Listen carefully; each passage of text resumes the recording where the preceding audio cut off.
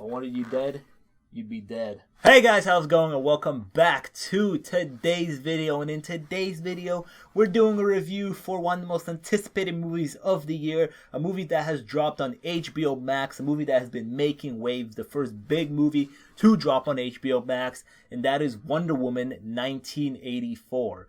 Now, before we get into the review, make sure you leave a like and subscribe. I'd really appreciate all of that. So now let's talk about Wonder Woman. So Wonder Woman 1984 dropped Christmas Day. Ooh, what were you doing on Christmas? Hope you had a great Christmas. Hope you got everything you wanted for Christmas. I know that you did not get that PS5 because I know nobody got that PS5 because you just can't get it.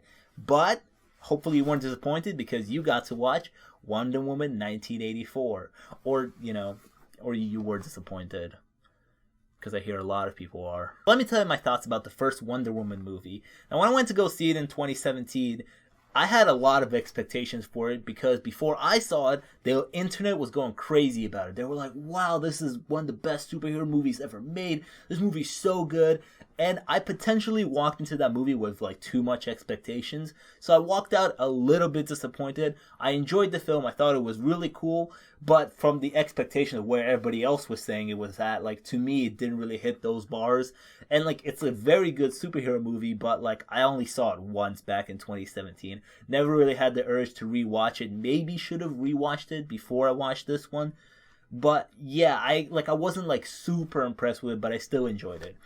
But then when Wonder Woman 1984 came out, and I was like, okay, different decade. We're in the 80s now. Let's see what we can do. I enjoyed the trailers. The trailers look really fun and colorful and look like they were hitting on those 80s notes from movies back in the 80s. You can definitely see that by the first opening or like the second opening fight scene where Wonder Woman takes out these robbers in a mall. It's done a very kind of cheesy, corny way, kind of like in the 80s.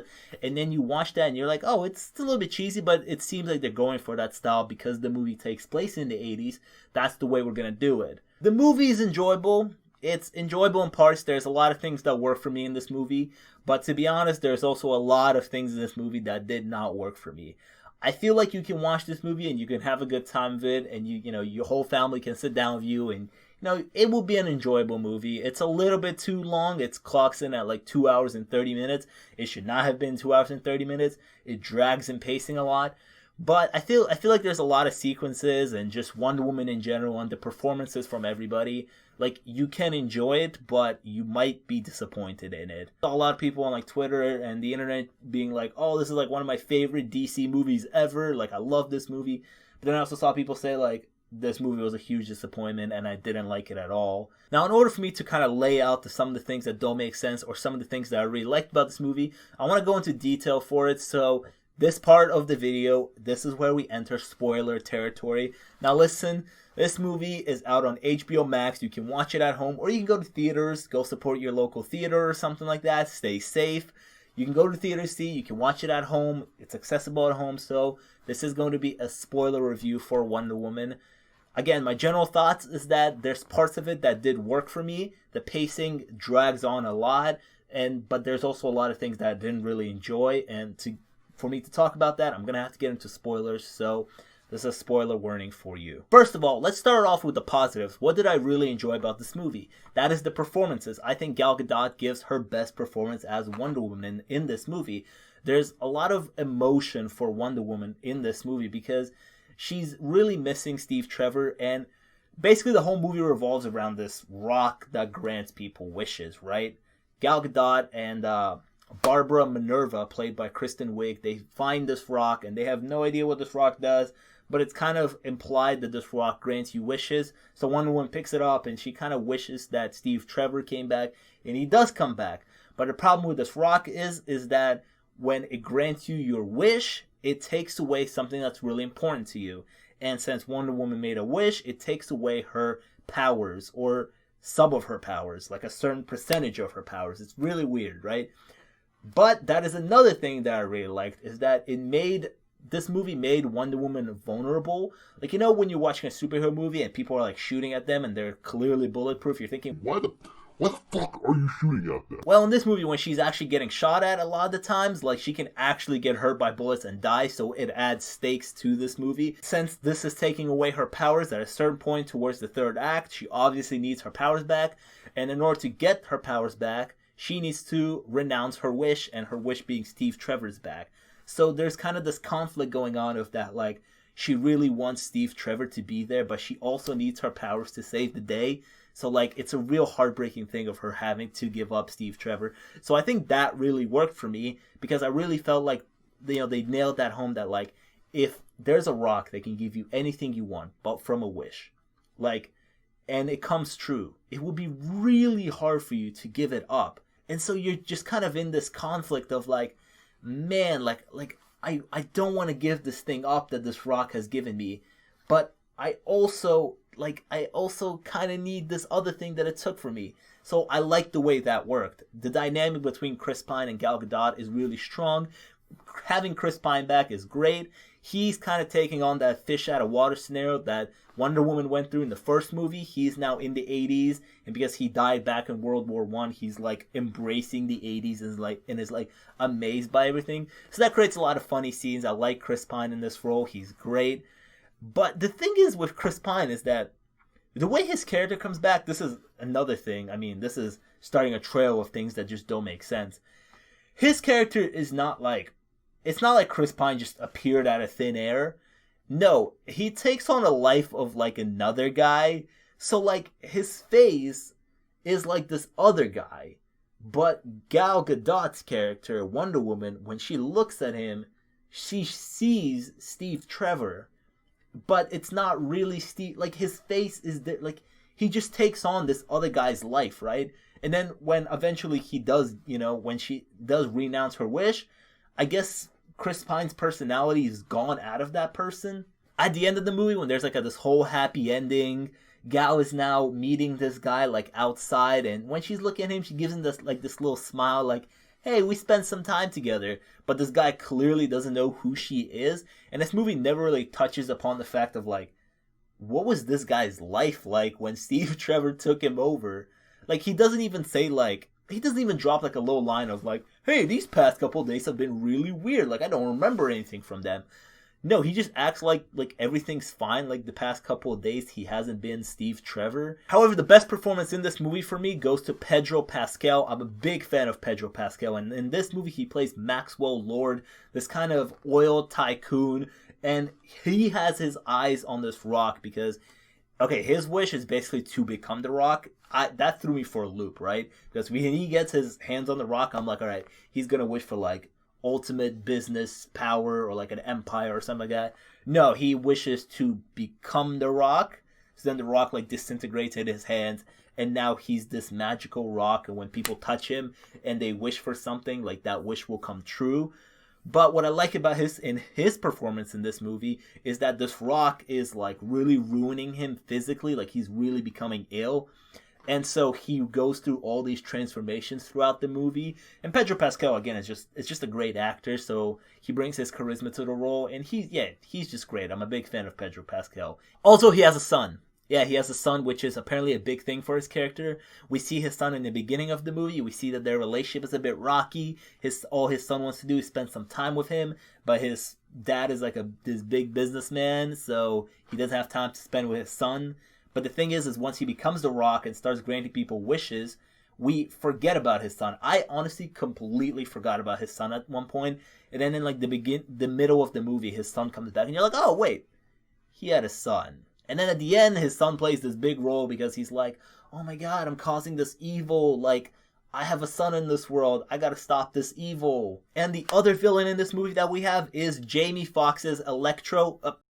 It's Kristen Wiig's Barbara Minerva, who is also Cheetah. She's kind of like this nervous outcast. She's kind of a loser in her work. Like, nobody really respects her. Nobody really cares about her. She's like, I want to be like, I want to be like Gal Gadot's character. She wants to be like Wonder Woman. But she had no idea that being like Wonder Woman will mean that she will get powers, because she doesn't know that, she has powers. So what happens in the beginning of the movie with her is that, yes, she's kind of an outcast and a loser, kind of like Jamie Foxx's Electro was. in The Amazing Spider-Man 2, there's a lot of similarities between them. I mean, they're losers, but then they get these like powers, and then they're like, I want to be like the main hero of the story, and then they turn bad, right? And now they have to fight our hero, who they were at once looking up to. There's a lot of similarities like that between them. She's a very nice person, right? She has her humanity, but what The Rock ends up taking from her is her humanity, which that's another thing that I like. But they don't really explore that all that much. I mean, all she does in this movie is kind of just chill in the back. Like, Wonder Woman notices that this rock is like this magical thing that brought back her boyfriend, right? So she's like,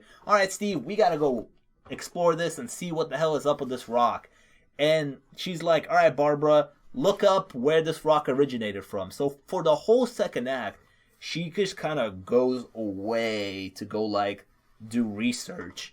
And then at one point she turns evil because her humanity is being stripped away from her. And again, I like that because she is a very nice person from the beginning, but the way she turns evil is that the rock starts stripping away her humanity and she starts to become evil. Yes, that's a good thing to explore, but the thing is, the movie really doesn't do that. It shoves her to the side because we have to get to the Cheetah side. Now, I don't read the comics, but what I gather from what other people are telling me is that Cheetah is apparently like this big villain for Wonder Woman, right? So a lot of people were excited when Kristen Wiig was announced to play Cheetah in this movie. They were like, wow, we're gonna see Cheetah. I personally had no idea what she was gonna look like. She looked kind of cool in the trailers, but it honestly becomes very clear at the end of the movie that the only reason Kristen Wiig was in this movie as Cheetah for the last like 5 minutes of the movie is basically for Wonder Woman to fight somebody in a big third act battle, because she really isn't going to fight Max Lord, right? Like, the guy has no superpowers besides granting wishes. You know, hand-to-hand combat, Wonder Woman should win that 10 out of 10 times, right? But my problem is that, like, Cheetah, again, is only in the movie for the last, like, 5 minutes. Kristen Wiig's character decides to be Cheetah. Like, at the end of the movie, all of a sudden, she's like, you know what? I want to be an apex predator. Make me into a cat. Just all of a sudden. I don't know, maybe it's her humanity. Now she doesn't want to be a human anymore. She's like, I want to be a cat. And then all of a sudden she becomes a cat. Like, she points out Gal Gadot's shoes at one point. She's like, oh, I like your shoes. And they have like this animal imprint design on them. Yeah, that's cool. But like, it doesn't, like, it would make much more sense if she was like, let's say, obsessed with cheetahs, right? And at one point she's like, you know what, make me a cheetah, because I just love cheetahs that much. No, she just at one point at the end, she's like, all right, time for me to transform for this final battle. Let's do this. Then her and Wonder Woman have this big fight in the nighttime. All you can see is Wonder Woman's basically golden armor. It's so strange to show that golden armor in action, but to show it at nighttime, like, I feel like it would have looked so much better if there was better lighting in that fight scene. But I'm speculating that, you know, it's in the dark time because the CGI on Kristen Wiig's character looked really bad and they were just trying to hide it in the dark. And while I'm talking about CGI, let's talk about how bad the CGI can be in this movie sometimes. It can be very atrocious, and it's most notable in running sequences. This movie does running sequences very weirdly. The CGI just looks all over the place. You know, from a wide shot, it looks fine. But when the camera gets like really close to the character and we're like looking at their face in action, you can definitely see that moving background behind them is a green screen, and it looks pretty bad. Another positive, my boy Hans Zimmer is on the keys, so, you know, the soundtrack is again amazing. The biggest problem that this movie has is its script. It's really obvious that the story is all over the place. The pacing drags a lot. The beginning of the movie starts off with young Diana, and she's in Themyscira, and she's like in this trial. It's very exciting. It's this like 10-minute trial, right? And then she doesn't end up winning the trial because she took a shortcut somewhere in the middle of it, right? So they're like, hey, like, you can't win this because you took the shortcut.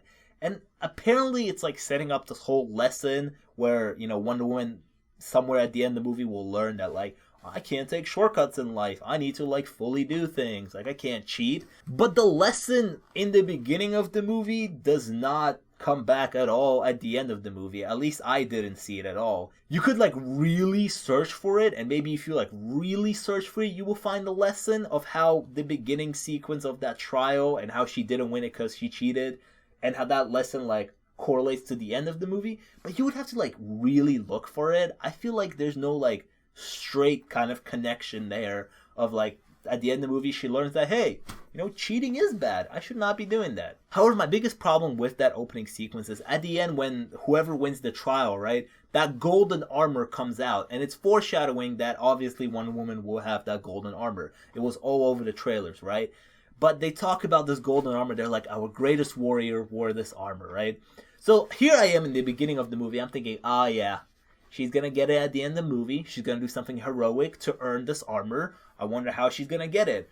Well, no, she doesn't really have to earn it. It's just like in the back of her apartment. She has like this hidden room, and it's just kind of just chilling there. She already has the armor. She just doesn't put it on until the third act for some reason. And also at the third act, I don't even know why she needs it. Like, I guess Cheetah has her powers, but like she only had the powers for a few days. And Wonder Woman is like a trained Amazonian warrior, so it's like, how is Kristen Wiig's character going toe to toe with her? She really shouldn't. But again, like, I really thought that throughout this movie, she would really have to do something really heroic to, like, earn this armor. Like, this armor is gonna, like, just show up out of nowhere in the moment of need. No, she just has it in the back. Like, all she needs to do is just go grab it, put it on, like, it's fine. Doesn't really need to work for it. Going back to the problem with the pacing, there really isn't that much Wonder Woman action in this. Besides, okay, that first opening trial sequence, and also that, like, cheesy 80s sequence in the mall in the beginning. And then she goes on this whole thing of, like, 30 minutes of just no Wonder Woman. Just Diana, just chilling, find Steve Trevor. It's like this whole thing. They, like, fall in love, like, sleep together. Yeah, whatever, right? And then at some point, they go to Cairo. They go to Egypt for really no apparent reason, right? Okay, that Maxwell guy, they need to find out where The Rock is. They find out that Maxwell guy is in Egypt, so they're like, we gotta go to Egypt, right? They end up going to Egypt just to ask him one question. They're like, where's The Rock? And he's like, you're looking at it. And that's it. That's the only information they find, right? And then they go back to the US, and she's like, wait, he told me back in Egypt, you're looking at it, so that means he's The Rock. Like, that is literally the only reason they went all the way to Egypt.